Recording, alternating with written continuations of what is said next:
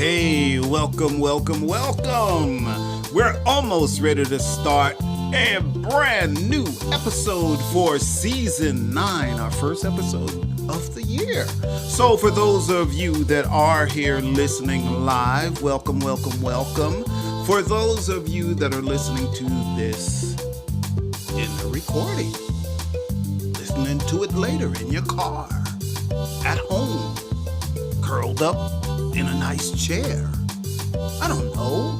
But for those of you that don't want to hear me ramble for about 5 minutes, you can fast forward right past this spot and get right into the show. We have approximately 4 minutes before the show starts, and we also use this time to check for technical difficulties so we can have the show correct when the show starts.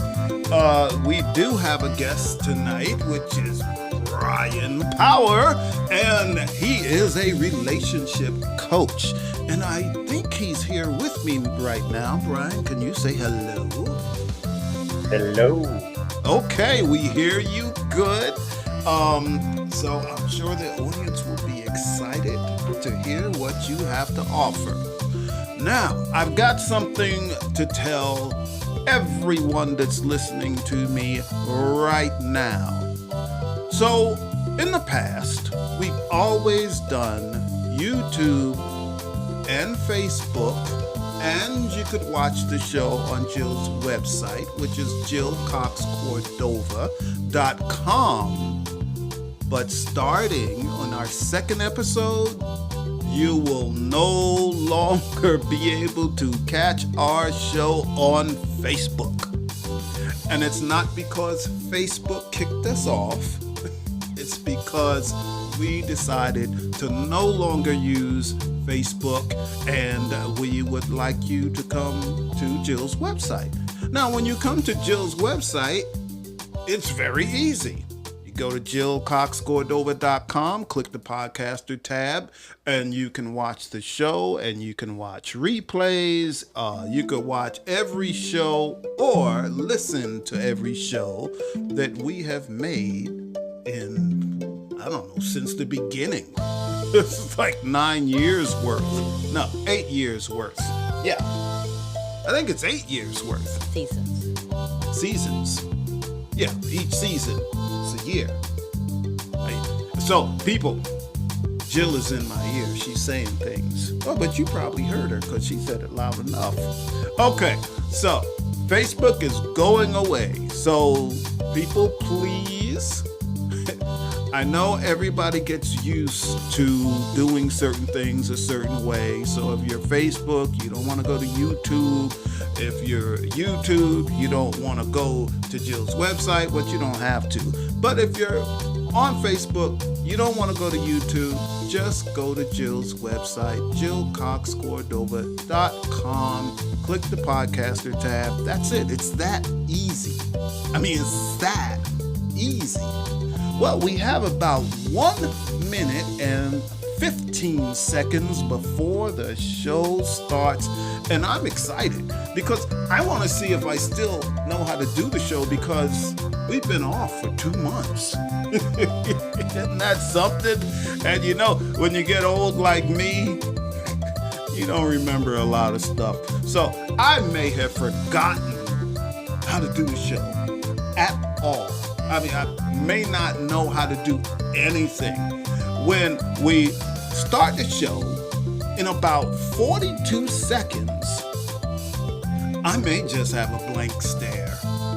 Just stare at the camera. I don't want to know what to say, where to look, what to do, or anything else. But we'll see. I got my fingers crossed. You know, doing this and you're not looking at me is one thing, but I may freeze. Who knows? But we've got 15 seconds to the beginning of the show, so please stand by for I'm Right.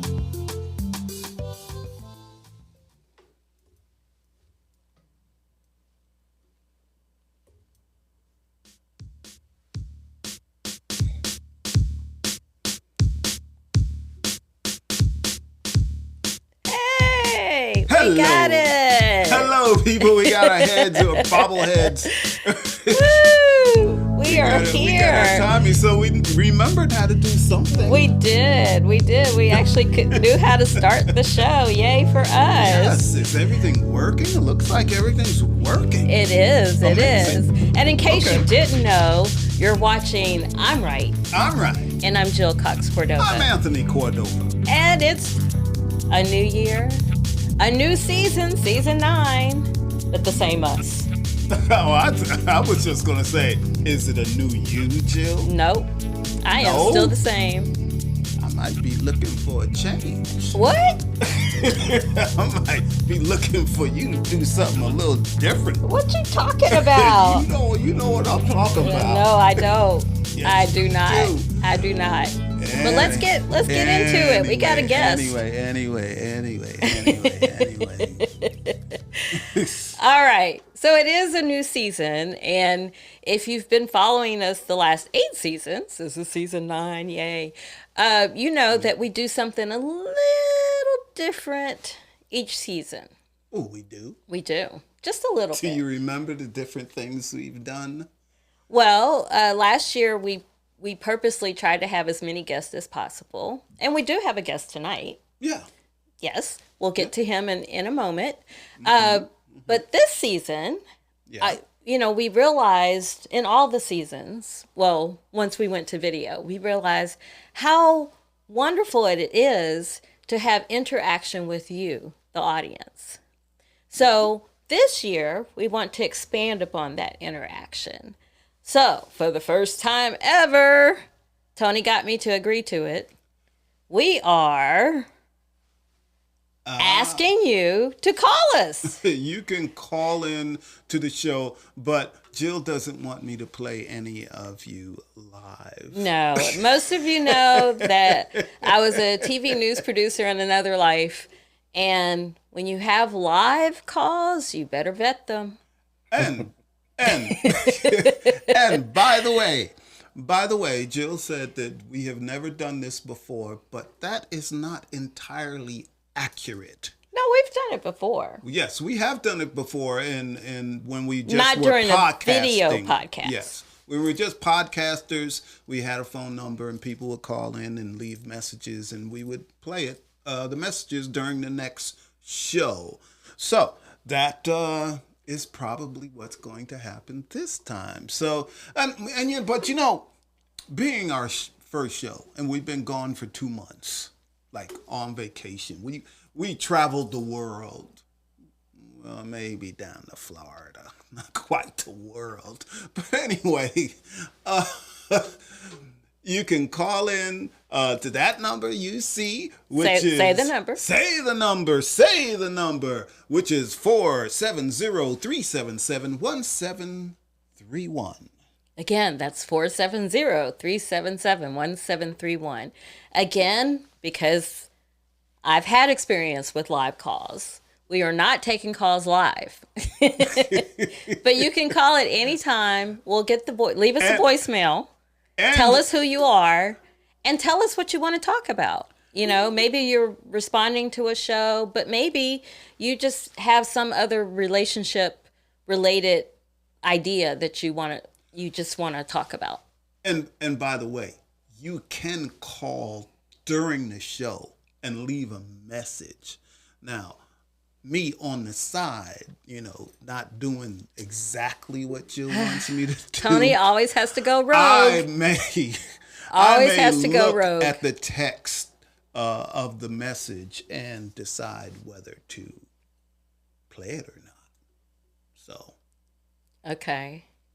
I may do that. I'm just letting you know. Okay. It could. Guess I gotta keep a bigger eye on Tony this season. It could happen. It could. But the monitor for the phone calls and the recordings are at my right hand. Mm-hmm. You cannot reach it. My eye can, but I can look. I can see what's happening. You cannot reach it. You can't reach it. So I physically can't reach it, but I can reach you right here. Right here. I can reach you. That won't stop me. That won't stop me. Well, just as we were saying, we love the interaction with our audience. So I asked earlier, who's with us tonight? And Diane is with us. She says, hi, Jill and Tony. Hi, Diane. Happy 2026 to you. Yay. Yeah. I'm happy she's here. She's one of my favorite people. Mine too. And Stacy, but I don't think Stacy's here tonight. But, and being it's this first, it's our first show of the season. Mm-hmm. People got in their routine, so they may not get back into the routine of our show as quickly. Right. And again, one routine that we're changing for some of you is if you're used to watching our show on Facebook, or at least watching it live there, tonight you can do that. But after tonight, you cannot do that. You can only do it on YouTube or my website, which is jillcox-cordova.com. But let's get going because we have a guest. Going. We do have a guest. Yes, Who is our guest this But year, before we get to that, we have a segment. I want to talk to the guest. We're going to talk to the guest. I want to talk to the guest. We're going to talk to the guest, but we have a segment first that the guest is going to weigh in on, and that segment is called "Stand by Your Stance." All right, we already said new year, new by season, your but same stance. us. However, even though neither of us are into making resolutions, we are goal-oriented people, very much so. So what's one thing you would like to see happen this year? For me? Mm-hmm. Oh, for me, this is the year I should be riding my motorcycle from, where am I going to ride it from? I'm going to ride it from Kennesaw, Georgia to Key West, Florida. And Jill will not be on the back of the motorcycle.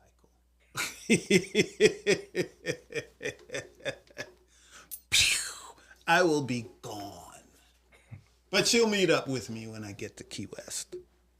So, yeah, that's one thing I want to do this year. Jill, is there anything you would like to do this year, maybe? You think? Maybe? I am going to finish my book this month. I am. I'm going to finish my book. Very good. That's what I'm going to do. Excellent. So, more on that. I'm seeing in the comments that YouTube isn't playing for some reason. So, Tony, I'm going to put you, that's why I had you on camera. Okay, I'm going to put you're just going to put me on camera again? Yes, so you can talk. You're not putting me on camera. Put yourself on camera. You're not doing a very good job of it. What's happening It's here? a new show. I don't remember how to do this. All right. You keep talking. We are rusty. We did forget some things. So, yeah. So I'm supposed to, ride my motorcycle to Key West. It's something I've been wanting to do for many, over 20 years. This is something, probably 30 years I've been planning on doing this. So I want to do that before I get too old. And Jill was mentioning her book, and she is and has been working on a book of fiction, and hopefully she'll be done with that in a week or two, is what we're hoping. And she'll become a bestseller, of course. You know what I'm saying? Of course, no problem. Zippity zip, no problem. But I think now it may be time to get to our guest. Jill, Yes, what do you I think? think so too. I think if you'll put us both back on. We want to put them on the other way. There we go. Our guest tonight, everybody, is Bryan Power. He is a relationship coach. And again, for people that are trying to watch this live on YouTube, I know that there's a problem, but we're going to keep going. And you can see the replay if you can't do it live. Okay, so Bryan, you are a relationship coach. Thank you for being here tonight. We are going to talk about your expertise. Yay! And the crowd goes Bryan wild. Power. Yay. We are going to talk about integrated attachment theory and attachment styles. But before we get to that, one, we want you to weigh in on, like, do you have something in 2026 you want to do? And then we're going to get to your personal story.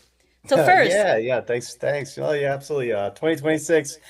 I always say I'm on a mission to help save as many relationships as possible. And so this year, I'm actually starting my own podcast called My Relationship Fail, where I'm going to be talking to people like myself who've been through kind of really crazy relationship breakdowns, which kind of taught us a lot, kind of learned to come back from that and then turn it into something really great. Be talking to some really great relationship coaches, therapists, stuff like that. So my goal is just to help save as many relationships as possible. So I'm excited for 2026, see where that goes.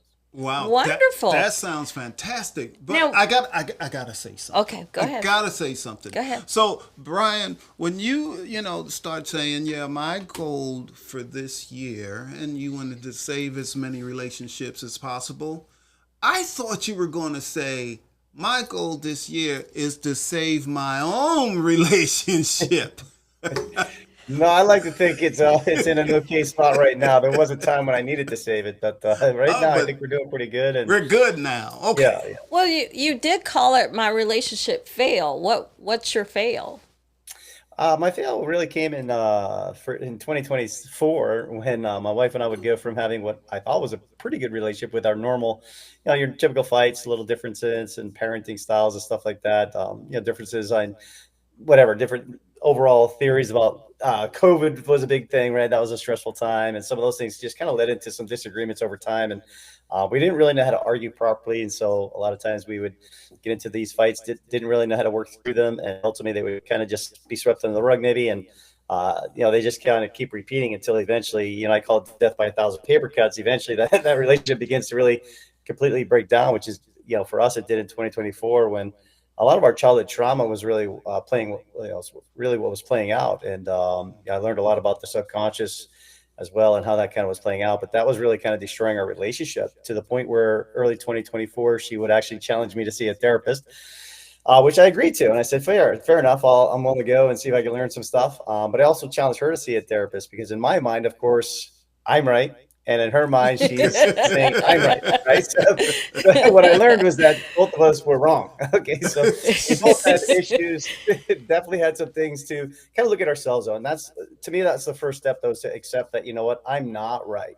I do need to kind of learn some things and make some changes. So that began a journey for both of us, though. And after a few months, though, a lot of emotional turmoil would ultimately lead her to put a restraining order against me for emotional safety. I never did physically threaten my wife or anything like that, but the emotional clash we were having was so severe, we just couldn't do it anymore. She actually would put that restraining order against me, which ultimately I thought was just the end of our relationship. I was kind of like, okay, this has gotten bizarre and crazy and just terrible.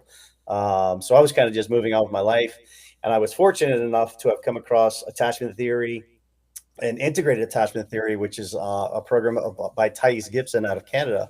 And her work would really kind of be a game changer for me. And I was really excited about learning that and kind of delved into that work, even though I thought the relationship was over with my wife. I wasn't trying to fix my relationship anymore. I was kind of really just trying to accept it and trying to figure out and moving on and everything like that. But a lot of these tools that I was learning would ultimately pay off and allow us to come back together and ultimately save the relationship and put it back together in a great way. And so my wife and I today have a relationship that I think is 1,000 times better. And so I like to kind of share that story and help people hopefully learn the program that I've learned that can help save my relationship. I hope to pass that information on to other people. So that's wonderful. So how many years have you been married?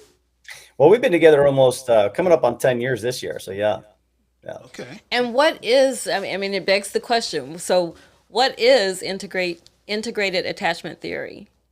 Yeah, integrated attachment theory is a program created by Thais Gibson, again, out of Canada. So her name is Thais Gibson. And she created what's called integrated attachment theory. It's based off attachment theory itself, which attachment theory has kind of been around since the 70s or so, 60s, 70s. And it's really a theory about how we attach in relationships. And so there's 4 different attachment styles. Number 1, you have a secure attachment style. These people are the ones that are really emotionally balanced, really know how to communicate well, set boundaries well, and just kind of have it all together when it comes to relationships. They, just do it right. Unfortunately, for most of us, we're not going to fall in that category without doing some work and really kind of learning these things. So we all typically find, not all, a lot of us will fall into one of the other three unhealthy categories. Number one, you have what's called an anxious preoccupied. These people are very connected, really love a lot of connection, really don't like being alone. They really crave relationships. A lot of communication is important, constantly email, maybe texting all day, calling all day. Yeah, they fall in love after 2 weeks. They're already kind of got their wedding bells going, all that kind of stuff, right? So that's the anxious preoccupied. Unfortunately, that can be very unhealthy if it gets too much, right? A lot of codependency can kind of come into there and stuff. So it's just not a healthy way to go in relationships. On the flip side of that, a lot of times you have what's called a dismissive avoidant. They typically isolate a lot, really crave a lot of, they really hate, or really kind of a fear, if you will, of being trapped, fear of commitment. They really isolate a lot. They're kind of used to feeling like emotions are bad. And if we do feel emotions, we kind of deal with those on our own. It's not something we come together when we feel emotions. We actually kind of pull away when we feel those emotions. They also communicate a lot with like their actions. And so not so much verbalizing things. And so that can be tough sometimes if you don't kind of understand that a little bit. And that can just be really difficult when you, especially if you think about these two, maybe getting together as a couple, right? You have one couple who, one guy who wants to get, really close, and the other partner wants to kind of pull away. That could be a real problem. And that's where a lot of this push-pull dynamic comes in between that type of dynamics in that couple. But in between those, you have what's called a fearful avoidant. That's some people call it a disorganized attachment style, but fearful avoidance kind of swing between both. A lot of times they're really close one week, they're feeling connected and kind of excited about the relationship. Maybe the following week, they're just pulling away. They're maybe causing a fight for no reason, making mountains out of molehills, maybe even, breaking up with you for no reason. It just seems like kind of all over the place. And that's really kind of a very challenging, way to kind of be in a relationship. You just don't know where the consistency is and everything. And so, but a lot of this is really just being played out because of the subconscious wounds that we pick up mostly through our childhood, but also can develop through our later life. And again, this becomes, this kind of becomes the whole idea of like how we attach and the whole attachment theory. What I love about Thais Gibson's work is she actually created the integrated attachment theory, which is 6 pillars to actually help move us from the unhealthy attachment styles into the healthy, secure attachment style.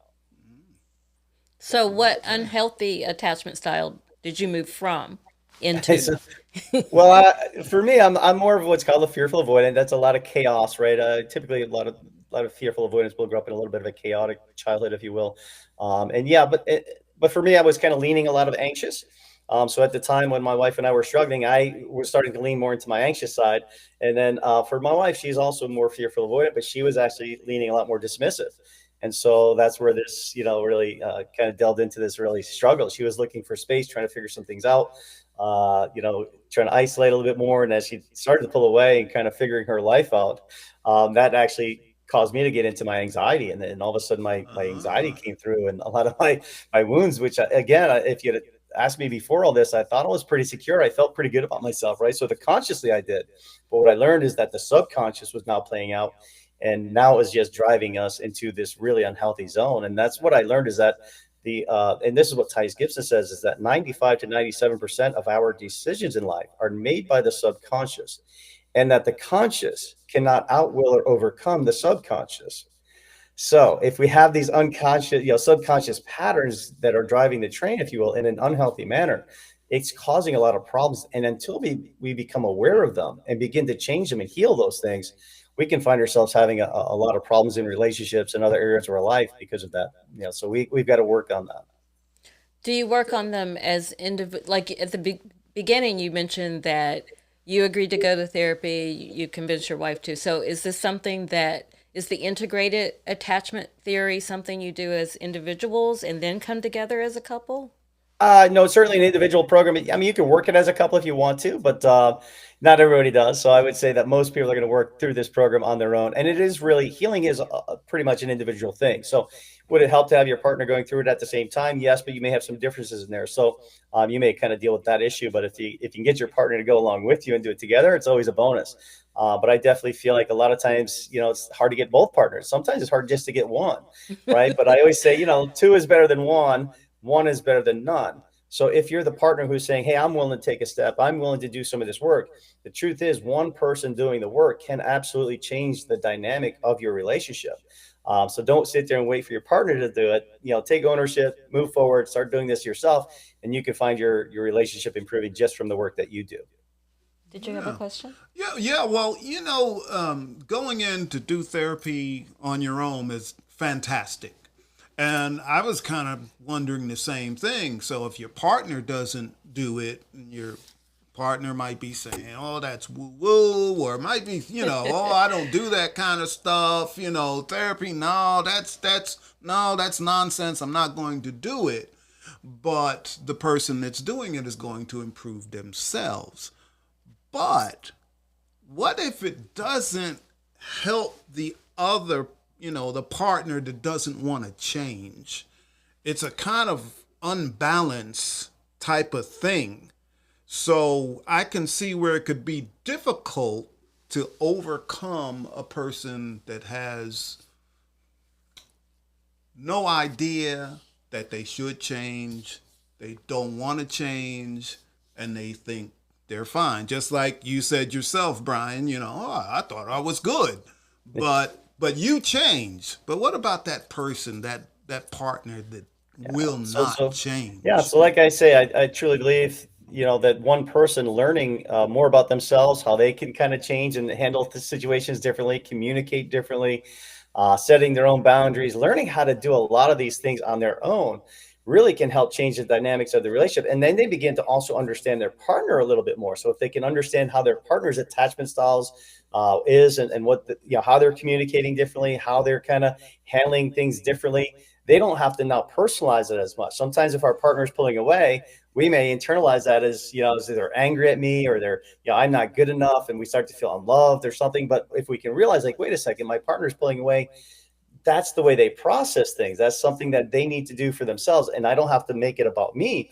Sometimes now I don't have to hit the panic button, and now I can just maybe relax a little bit more and kind of lean into my own healing through that time. And so just all those little tricks and tips that you can start to begin to understand, and then change the way you're doing things. A lot of times your partner will come with you, and just by nature, right? Because they have to, because you're handling yourself differently. Now, if they continue to stay super toxic and they just really aren't moving the needle at all, and you're starting to outgrow that person, then yeah, sometimes that relationship may come to that critical stage where now you are kind of separating. But at that point, you're separating because you've now gotten healthy and they've just stayed toxic.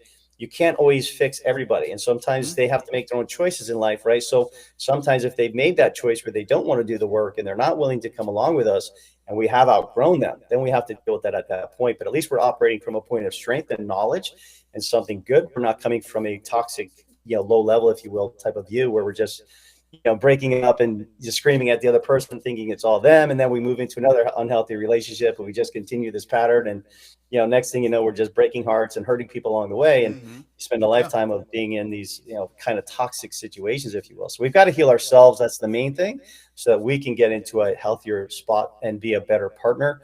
And a lot of times we'll attract a better partner, or again, my partner will move with me, and we'll be able to kind of do this relationship a lot better because of that work, I have another question, but before I get to it, I'm going to acknowledge that we have other audience members who have typed comments. So Rennie and Connie are present. Hello.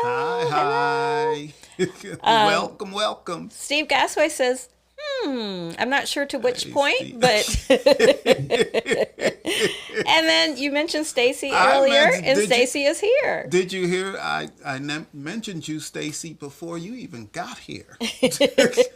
And again, if anyone's having any technical difficulties with on YouTube, yeah, please go to Facebook just tonight, though. You can go to Facebook, but also just go to Jill's website. You can't go to Jill's. Not there. It's not working tonight. They're connected. And Steve says, more hugs, more kisses. Okay. Oh, that's beautiful sentiment. Okay, so Bryan, Bryan, I do have another question for you. So you mentioned that there are 6 pillars to the integrated attachment theory. So can you take us through those briefly? Yeah, absolutely. The six pillars are, to me, the game changer, right? And so let's talk about those. Happy to explain those. So number one, you have what's called your core wounds. Again, that's a lot of those subconscious beliefs and thoughts that we're having that are kind of causing the problems. Things like, I not good enough, or I will be abandoned, or I'm going to be alone, or I'm unsafe. All these types of, again, subconscious wounds that are now causing me to act in ways that kind of destroy the relationship. We've got to figure out what those are, and then begin to heal those. Number one, core wounds. Number two is your needs. We have to learn, what are my true needs? What really do I need in life to kind of feel good about my day and really kind of enjoy and feel good about my life, if you will. And then I also have to learn how to fulfill those needs predominantly on my own.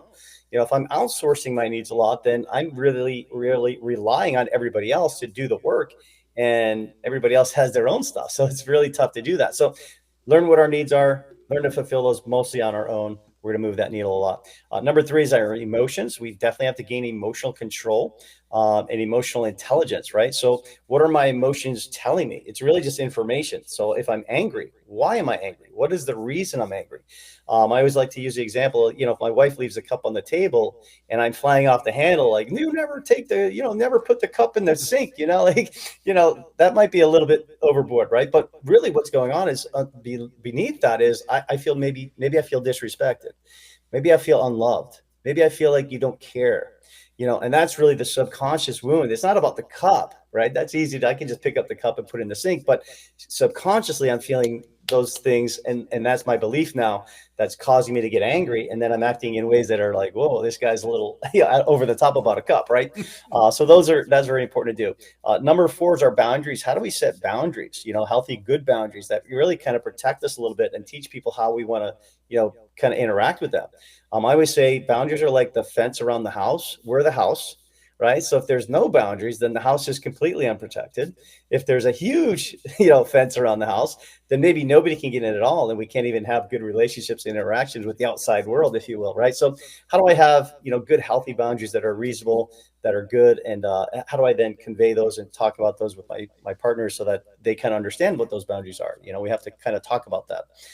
Number five is a big one, communication. How do we communicate in a way that actually really moves the needle, right? So a lot of times we're talking, but nobody's really listening. And that's really something my wife and I were doing, especially myself, right? I was always listening to defend. How many of us do that, right? How many listen to our partner to defend and our side of it and tell them why they're wrong, right? And so But if you're right, I mean, this was huge. This was a big one for us. So learning how to actually pause, let my wife speak. I was notorious for jumping on top of her, and she'd be like, "You're not listening to me." And I'm like, "Of course I'm listening to you. I'm trying to listen to every little thing you say so I can defend everything you're saying, right? Defend against what you're saying, right?" So now we listen to each other to really hear the other person, to understand them more. And hopefully we can come out of there with a better understanding of each other, both feel heard, both feel more understood. And it really does help move the needle a lot better when we do it that way. Last but not least is our behaviors, right? How do I change my behaviors? How do I, learn how to handle myself in a way that's a little bit more healthy and doing some things that are a better way? So again, maybe sometimes if I get a little bit more triggered, I'm kind of a little feeling the emotions rise. Instead of flying off the handle, maybe I just grab my sneakers and I go for a walk around the block, and I take 10 minutes or an hour, whatever it takes to kind of get myself into a better spot.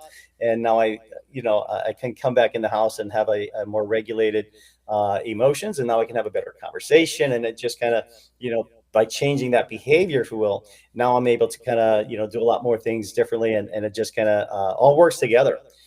So to me, when you work on each one of these little elements, it just improves, a little bit here, a little bit there, a little bit here, a little bit there. And all of a sudden we're kind of working up that ladder, and, things are starting to look pretty good, and we're starting to be able to kind of handle things a lot differently. And things just work a lot smoother with that. So those six pillars to me, I never knew that before, and I never had those tools before. And so learning these tools really kind of helps us keep the relationship a lot stronger now. Excellent. Ah, Excellent. bravo. Well, we're going to go straight Yeah. to our last segment that we call I'm trying to help you. Okay, so this whole show, Brian, you've been helping everybody with their relationships. But is there one final thing that you would like the audience to know? I mean, to me, I always like to just give people hope. I always like to say, like, no matter what position you feel like your relationship is in, If you feel like it's going pretty good, great, congrats. But if you feel like you're starting to see some signs, you're starting to see, little disagreements, little fights, and they seem to continue, and we're having these little red flag things, start to become aware of that. That may be something that say, okay, maybe I need to start working that at that, and before it gets too bad, right? Unfortunately, for most of us, I think we wait too long, and we don't change anything, and we're not willing to look at anything until we hit that critical stage. And so if you're at that critical stage, though, it's really a blessing. It's really an opportunity to change the way you've been doing things. And it may hurt a little bit right now, but the truth is you're being given a chance to learn about yourself, learn what you're doing wrong, fix it, and then potentially have your relationship come back even stronger, like my wife and I did. Or again, you're going to maybe get rid of an unhealthy relationship that really wasn't serving you anymore. And now you're able to kind of, again, learn these new tools, take this experience that seems very painful at the moment, and now change it into something really positive. So I always feel like, you want to turn your breakup into a breakthrough. I always say they call it a breakup, not a breakdown. So we're going to level up through the breakup. We're not going to break down through the breakup, right? So again, if we use a breakup, when we use this difficult time for something really great, then it's really a blessing. It's not as painful, and it's not as hard to kind of get through when we kind of take that approach. So just hang in there, be strong. There's help is on the way. If you need help, I'm happy to reach out. Happy to help you as well, and we can move the needle together for you. But all right. Bryan is the man. Wrong thing. Okay, so those were words of wisdom from Bryan, who is a relationship coach. He's been proving this entire episode. But Bryan also has a podcast launching soon, right, Bryan? Yeah, I'm so excited. I'm excited to launch my brand new podcast called My Relationship Fail. We're going to be talking to people like myself who went through really maybe difficult challenges in their relationship, maybe wound up breaking up, divorce, but through it all, they've learned some things that kind of helped them improve, kind of took that relationship, either getting back together with their spouse and kind of fixing it like my wife and I did, or if they did actually move on and kind of just use that information though for something great, and ultimately wound up with their partner in the future that now they're in love, and they're kind of using all these tools for something great. So people like myself, we're going to be talking to relationship coaches, therapists, anything that's going to help us move the needle to get better, healthier. I feel like we're in a relationship crisis out there, mental health crisis, if you will. And so as much as we can learn these things and begin to kind of implement them, we can kind of move the needle and really kind of help improve our lives. If you're looking to get a better relationship, I always say if you haven't been taught how to do it, then what makes you think you know how, right? So, I mean, we're just not born with this gift sometimes. We have to learn these things. And so don't be afraid to say, hey, you know what, I need to maybe learn how to do this. And so, yeah, definitely check out my podcast. Also, if anybody'd like to, you can go to my website at My Relationship Fail, and you can take the attachment style quiz for free, learn what your attachment style is. Also, feel free to book a free relationship strategy session with me if you happen to kind of see what you're going through, hear your story, and see if I can give you some information to help move the needle and point you in the right direction. If you want to work with me beyond that, by all means, happy to do that. But happy to do that for free for anybody who's interested in kind of setting themselves up for a really great relationship in 2026. Wow. Wonderful. You can get free stuff. Free stuff from Bryan. Free. Just want to let you know. Free for now. Free. Free for now. Well, Bryan, we first appreciate. one's free, but you got to pay for the rest. Well, that's good that's stuff. That's only good fair. stuff. That's only fair. It's Well, worth it. normally what I do have people do is you can join the personal development school through my website as well, which is Tyus Gibson's website. And in there is a treasure trove of videos, workbooks, and everything else. And so when you do that through my website, again, you're going to get the best price on that program, but also I'll give you an additional free session with me. And ultimately, that's very low cost. So it doesn't cost you much. If you really want to get going, you can do that. If you have a little bit more money and you're willing to spend a little and you feel like you really need some help, by all means, I will be happy to help you and work through that. And we'll talk about what we do to help you out. But even if you don't work with me, I'm okay with that. I really just want to point you in the right direction to get you going so you can have a healthy, great relationship. And I'm not worried about the money. Wow. Like you said, you're on a mission. I'm on a mission. That's right. Well, Bryan, we have really appreciated having you tonight. We're getting some comments. Chris says, excellent stuff. So, see, we're not the only ones who think that good stuff you gave us. Right? That's right. And I believe Stacy Yeah, she was talking to you. Yes, whether I made good comments Yes, about she her. said, hope it was good comments. Yes. When she was talked about, Yes, when she it was wasn't in the good room. Comments. I was talking about some of my favorite people, on the show, and Stacy, you were one of them, and Diane was the other one that I mentioned this evening. Not to say that anybody else who showed up. Everybody's special. Yes. Everyone has a special spot. That's right. In my heart. That's right. And back when Steve was saying more hugs, more kisses, he also was emphasizing what you were saying, Brian, about less analysis. It's like, we shouldn't spend all of our time when we're in relationships analyzing the other person, right? We should, work on ourselves. Fix yourself first. Fix yourself first. Right? Yeah, because we are not perfect. No one's perfect. Not even Jill and I. We are not perfect. Yeah. We're not. But we're you good are together. You are right about that, sweetheart. You are right. All right. Well, thank you, Brian. And, thank you so much. Everybody. Very informative. Yes, actually. It is. And so I'll be in touch after the show with some links and stuff. So thank you again, Brian. We really appreciate you. Thank you guys so much for having me on the show. This was a pleasure. Thank you so much. It's been a lot of fun. It has. I hope everybody has a great 2026. Thanks, guys. Same to you.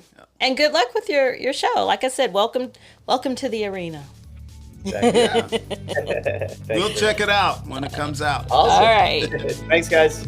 All right. Thank you. You're welcome, and thank you. All right. So one more time, I think we should tell people, in case they missed it. Yes. You can call in and leave a recording. We probably won't play you live in the show, but you can call and leave a recording, voicemail, if you want during the show, and that's 470-377-1731. 470-377-1731. You took it down too fast. You remember the number. You got it. All right. Everyone, remember, check out I'm Right Live. We love to have you here in the show because our audience makes the show better. And that's every Wednesday night at 8 p.m. Eastern. And you can also check out the show on Jill's website, which is jillcox-cordova.com, and click the podcaster tab. Yes, and hopefully next week that will work. YouTube and my website, the live show and the replays, they go hand in hand. So if one is off, then I guess the other one is. So sorry about that tonight. But this is our last one on Facebook. It is not our last show. We're just getting started with season 9. So next week, join us on either my website or our YouTube channel. Okay? Cool. So JillCox-Cordova.com. Just go there if you don't know how to get to us on YouTube. Okay? Okay. And hopefully next time that'll work. Okay, yeah. Next. All right. I'll see you later. Well, weren't we supposed to do after show, anyone? Does anyone have ideas for our show or a topic you want us to cover? No? Okay. But thank you for watching. We love you all. Bye. See you next week. Bye.